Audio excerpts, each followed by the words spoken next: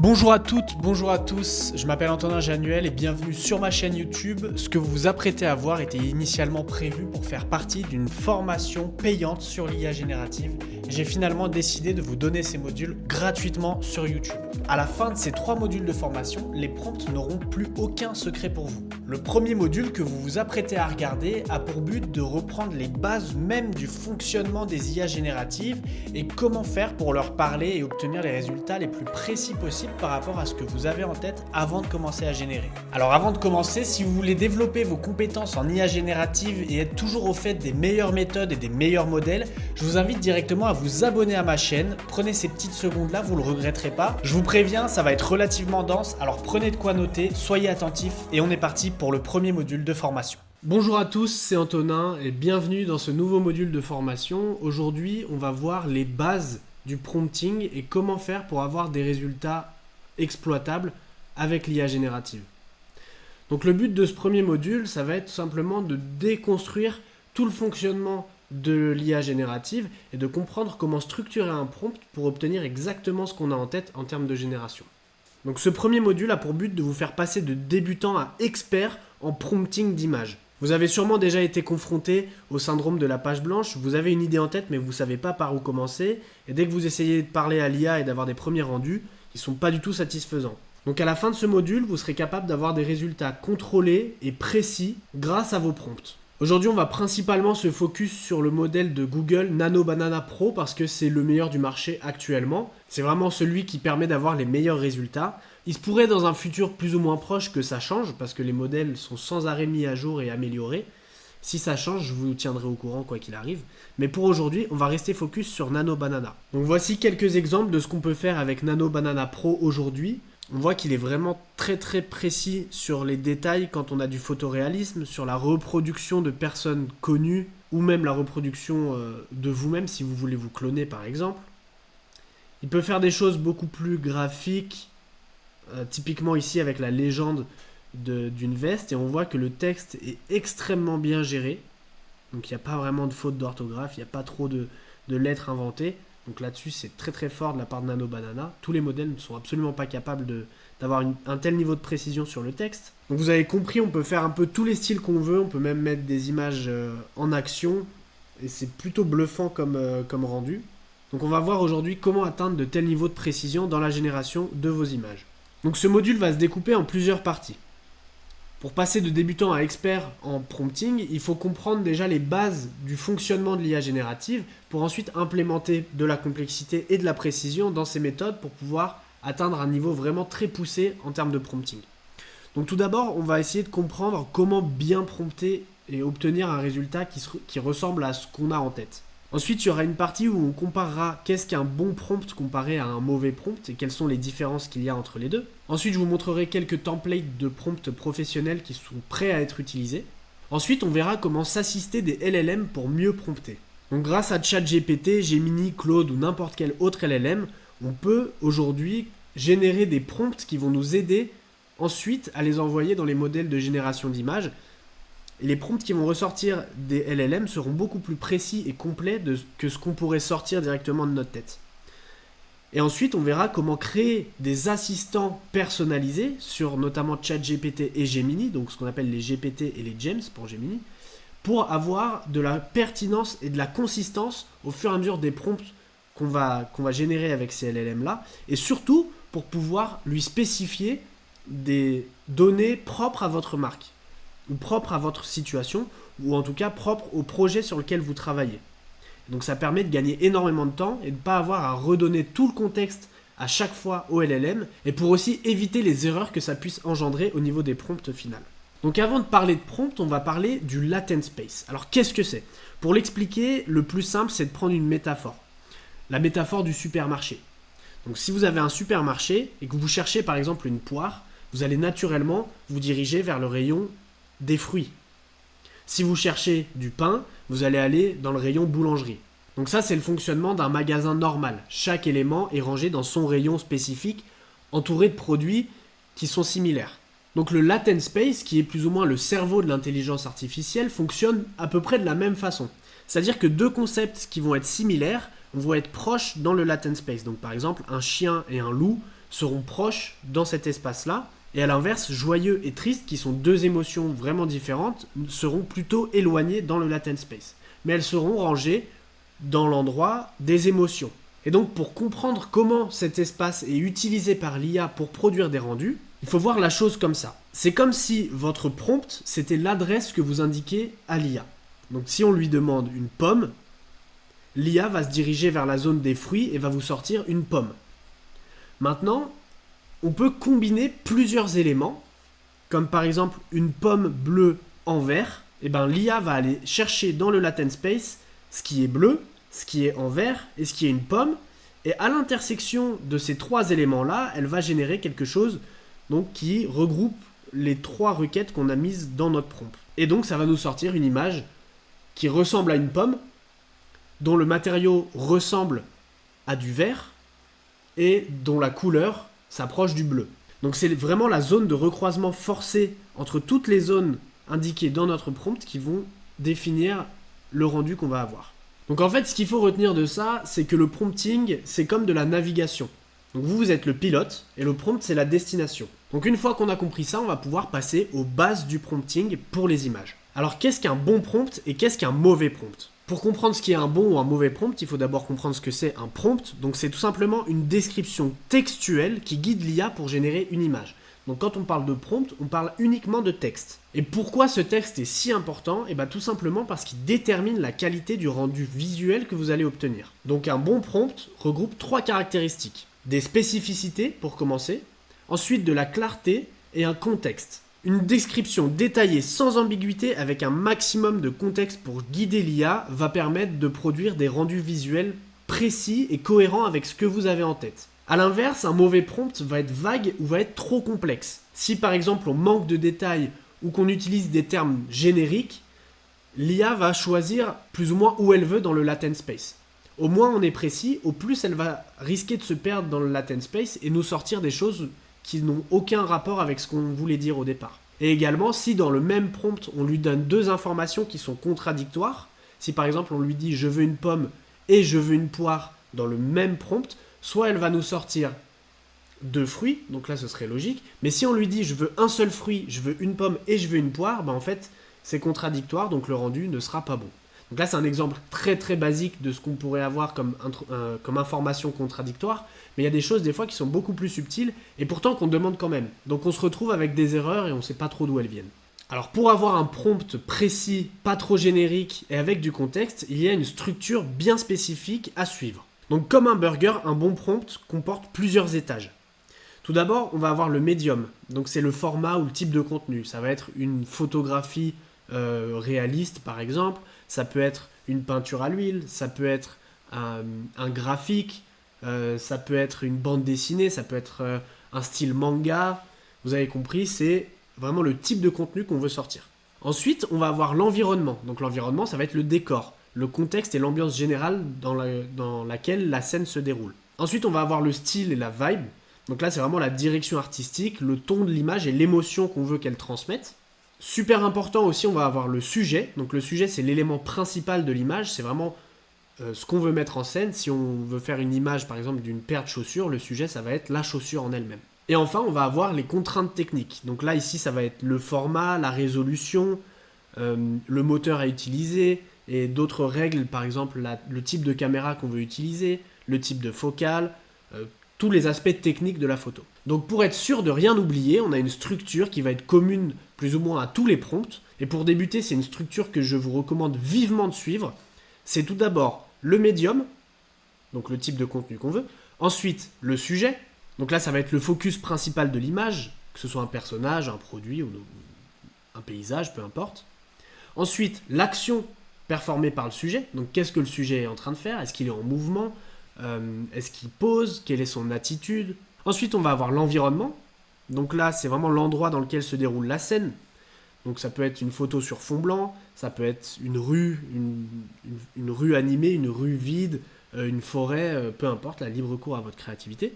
Ensuite, on va avoir le style ou la vibe, donc c'est l'influence artistique, et l'ambiance générale de l'image. Donc est-ce qu'on veut quelque chose de minimaliste ? Est-ce qu'on veut quelque chose de futuriste, de vintage ? Là, c'est vraiment Encore une fois, libre cours à votre imagination, mais c'est vraiment la vibe que l'image transmet. Et enfin, tous les aspects techniques, donc les réglages de caméra, le type de focale, les ratios, la résolution, etc. Donc maintenant, on va voir plusieurs exemples de bons versus mauvais prompts. La première erreur à ne pas faire, ça va être un prompt trop simple. Donc ici à gauche, on a un prompt vraiment simpliste, vraiment un chat, il n'y a pas plus simple que ça. Et donc là, on voit qu'à gauche, Nano Banana nous a généré une image de chat qui est certes très réaliste, mais qui est totalement interprétée par l'IA. Donc le lieu a été interprété, le style a été interprété, la météo à l'extérieur. En fait, tous les éléments qu'on a vus juste avant, ils ont été interprétés. Le seul truc qui n'a pas été interprété, c'est le sujet principal, parce qu'il a été spécifié dans le prompt. Un chat, c'est tout. Alors qu'en comparaison, à droite, on a un prompt qui va être beaucoup plus structuré, avec beaucoup moins d'espace d'erreur pour l'IA. Donc tout d'abord, on a photo macro en gros plan. Donc là c'est le médium, c'est le type de rendu qu'on veut. On veut un petit chat au poil long. Donc là déjà en plus le sujet est beaucoup plus précis. On aurait pu lui spécifier aussi la couleur, peut-être la couleur de ses yeux. Donc il est en train de se lécher la patte, donc ça c'est l'action. Donc là le chat fait l'action qu'on lui a demandé dans le prompt. Dans un appartement lumineux sur un canapé en cuir beige, donc là l'environnement est spécifié et très précis. Lumière de golden hour, donc là c'est l'éclairage qui a été spécifié, donc un éclairage de golden hour, avec des lens flares. Donc qu'est-ce que c'est les lens flares? C'est les reflets comme ça de la lumière dans la focale de la caméra, donc que ce soit les rayons ici ou les petites taches comme ça de lumière. Et le ratio, 3/2, c'est le ratio de l'image, donc 3 en largeur et 2 en hauteur. Ensuite, la deuxième erreur, c'est de surcomplexifier un prompt. Donc ici à gauche, on a un robot, un dragon, un vaisseau spatial, un château, dans l'océan, en feu, la nuit, pendant une tempête, avec des lasers. Et donc on se retrouve avec une image qui est vraiment très confuse. Donc il y a trop d'éléments, là on ne sait pas trop où regarder, parce que le prompt est confus lui-même. Donc forcément le rendu est confus. À droite, on va être beaucoup plus focalisé. Donc le médium ici, c'est un art fantastique. Le sujet, c'est un dragon cracheur de feu. Donc on voit notre dragon qui est bien clairement au milieu du cadre, qui est mis en valeur par les éclairages, planant au-dessus d'un château médiéval. Donc là, il est au-dessus du château. La nuit sous un ciel orageux. Donc c'est la nuit, il y a de l'orage, mais c'est en arrière-plan. C'est vraiment l'environnement. Ça ne prend pas trop de place. Et donc, dramatic lighting, c'est pour le côté sombre et cinématique de la scène. Donc la troisième chose à faire, ça va être d'ajouter de la profondeur émotionnelle à notre rendu. Donc si on prend cet exemple-là, à gauche, une personne assise sur un banc, on a quelque chose d'assez plat, d'assez neutre. On dirait une image sortie de Shutterstock, quelque chose d'assez fade finalement. Alors qu'à droite, avec un prompt détaillé, photographie, un homme âgé au visage buriné, assis seul sur un banc, nourrissant les pigeons, donc on a une action qui est beaucoup plus définie.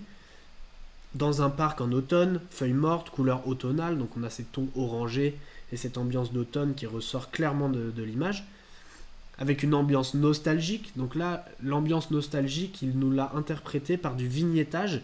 Donc qu'est-ce que c'est le vignettage? C'est quand les angles de l'image et le contour est obscurci. Donc ça nous donne un effet un petit peu rétro vintage.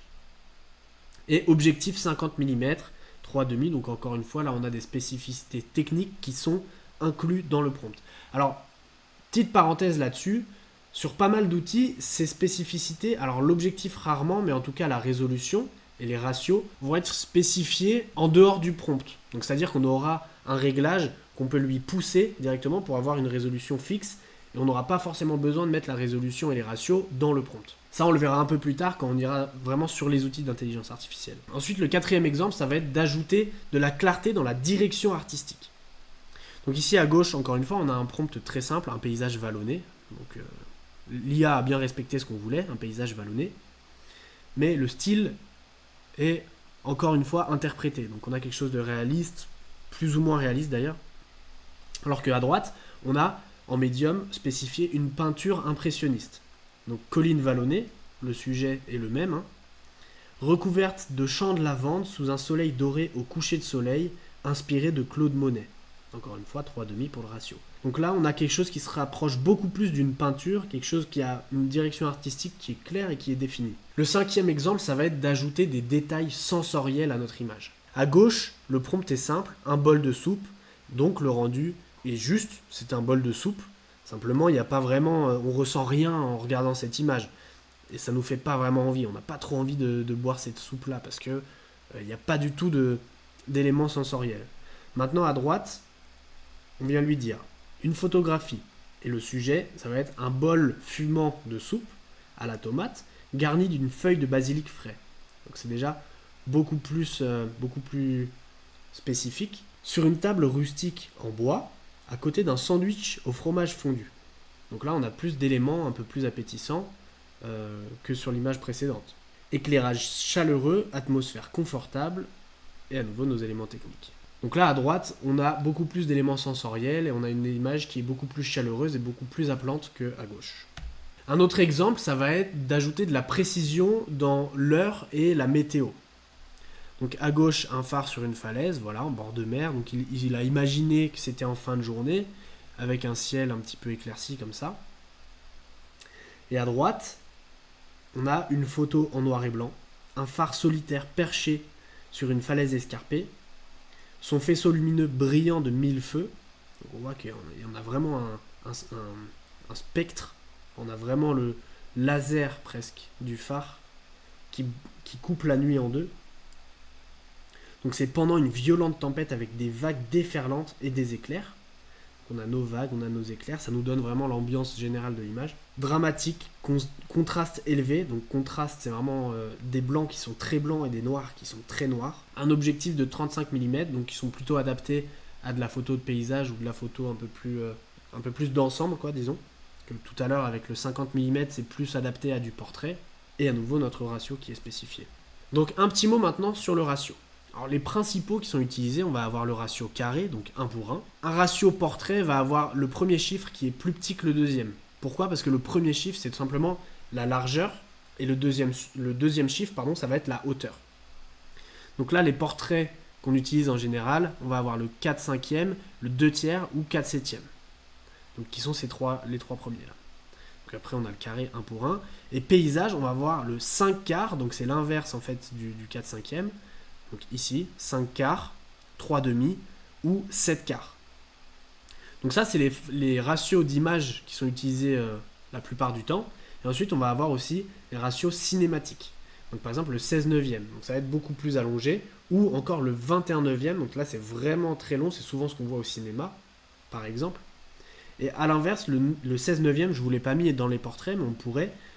9/16e, c'est... grosso modo, c'est le format d'un téléphone en portrait, pardon. Donc en 9/16e. Donc pour vraiment comprendre qu'un prompt conditionne la sortie qu'on va obtenir, j'ai fait quelques exemples ici avec ce prompt très simple, une femme dans un champ de fleurs sauvages. Donc ce sont des belles photos, mais on va voir que si on leur ajoute juste un mot, ça peut complètement changer le rendu de notre image. Donc par exemple, en haut à gauche ici, j'ai rajouté neige au prompt. Donc c'était vraiment, le prompt que j'utilise, c'était une femme dans un champ de fleurs sauvages, virgule, neige, pas plus. Et ici, du coup, j'obtiens une ambiance qui est complètement différente. Ensuite, j'ai remplacé neige par tempête, et voilà ce que j'ai obtenu. Donc on a du vent qui font bouger les fleurs, on a un arrière-plan vraiment avec de l'orage, avec des éclairs et des gros nuages menaçants.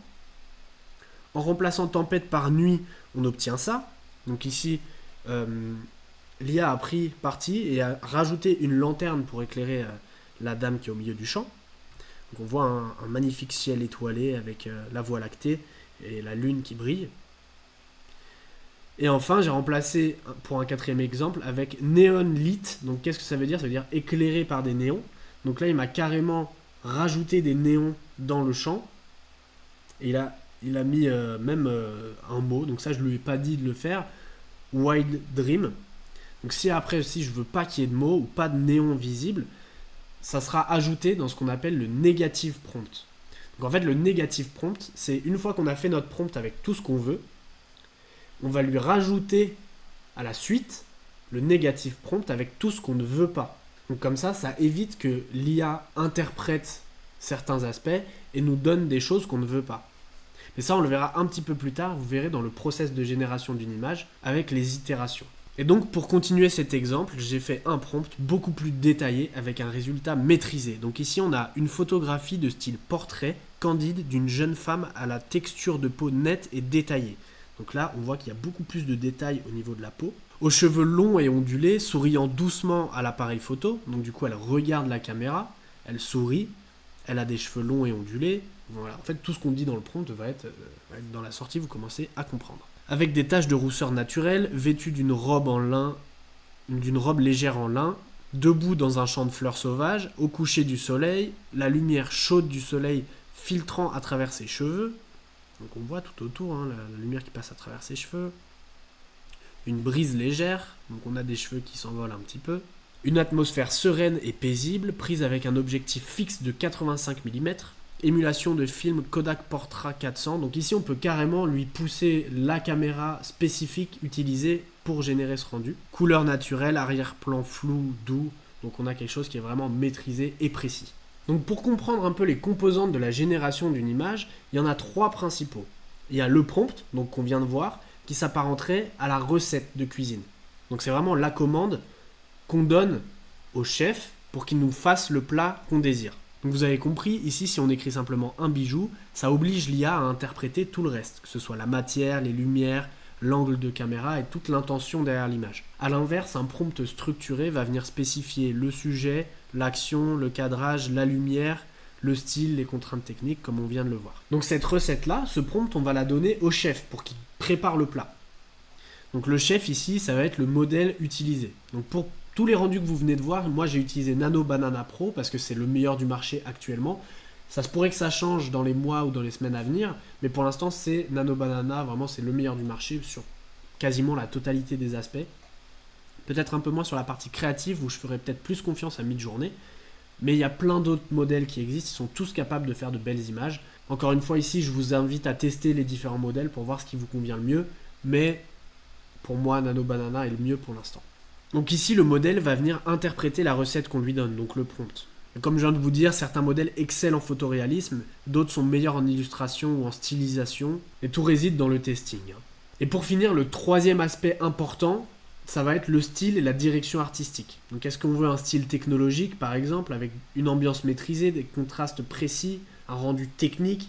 Est-ce qu'on veut un style éditorial avec une lumière douce, une composition élégante? Ou est-ce qu'on veut un style photoréaliste avec des traits très fins, des détails très précis, un rendu indétectable, la différence photo ou rendu indétectable. Donc là, le sujet reste identique, c'est vraiment la direction artistique qui va transformer complètement votre rendu et l'émotion qu'il va transmettre. Donc quel est le process complet pour obtenir l'image que vous avez en tête avec l'intelligence artificielle? C'est maintenant qu'on va parler de l'importance de l'itération. Il ne faut pas voir l'IA comme une imprimante, où on lui donne quelque chose à imprimer, elle va l'imprimer au pixel près. C'est pas comme ça que ça marche. Comme on l'a vu avec le latent space, elle va interpréter, elle va aller chercher des éléments pour nous donner le rendu le plus probable qui soit en fonction du prompt qu'on lui a spécifié. Donc si on lui donne 2 fois le même prompt, on va avoir plusieurs générations qui vont être différentes. Avoir un résultat parfait au premier essai, à la première génération, c'est très rare. Donc qu'est-ce qu'on va faire? On va tout simplement itérer à chaque fois. Donc pour commencer, on va formuler notre prompt avec tous les éléments qu'on veut, éventuellement les éléments qu'on ne veut pas si on les a déjà en tête, et on va générer un premier rendu, donc une première image. Ensuite, cette image, on va l'analyser. On va regarder qu'est-ce qui nous convient, qu'est-ce qui ne nous convient pas. Est-ce qu'il y a des éclairages qui ont été générés qui ne nous conviennent pas? Est-ce que le produit a été déformé? Est-ce que l'environnement a été interprété et ne correspond pas à ce qu'on avait en tête? Ensuite, avec cette première sortie, on va pouvoir ajuster ou redéfinir notre prompt. Donc on va pouvoir lui rajouter des éléments, en modifier d'autres, rajouter des éléments surtout dans le negative prompt comme on a vu, et générer une nouvelle image une fois que tous les ajustements ont été apportés au prompt.